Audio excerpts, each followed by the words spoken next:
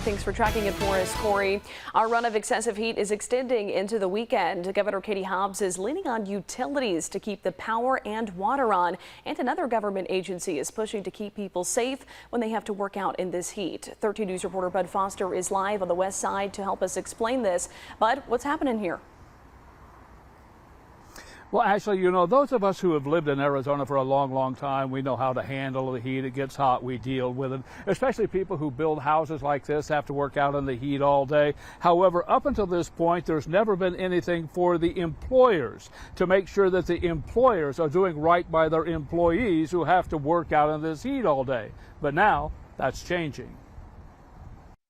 We will actually conduct unannounced inspections.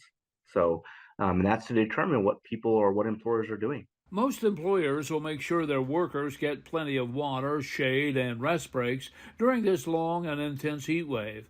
But not all employers do, and that's why the State Division of Occupational Safety and Health has adopted a new plan. We want to ensure that employers are having some way that they're providing the water, rest, and shade, and that they also have some type of plan or program in place that incorporates acclimatization. That's because this summer is not likely the last to set heat records. OSHA is preparing for the long haul, and that long haul is more summers like this one, where heat parks over our state for long periods and the workers need to be protected. The importance of it is to start to target employers that have employees that will be or likely to be exposed to heat. One of the biggest employers here that fits into that category is Tucson Electric Power, which received this letter from Arizona Governor Katie Hobbs today. The letter asked TEP for its plans for protecting not just workers, but all Arizonans during the heat wave.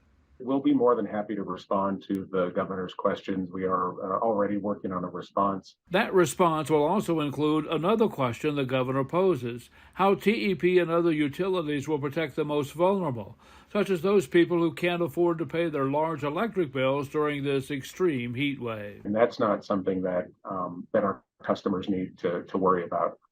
From June through October 15th, we won't disconnect service, even if a customer is behind on their bill.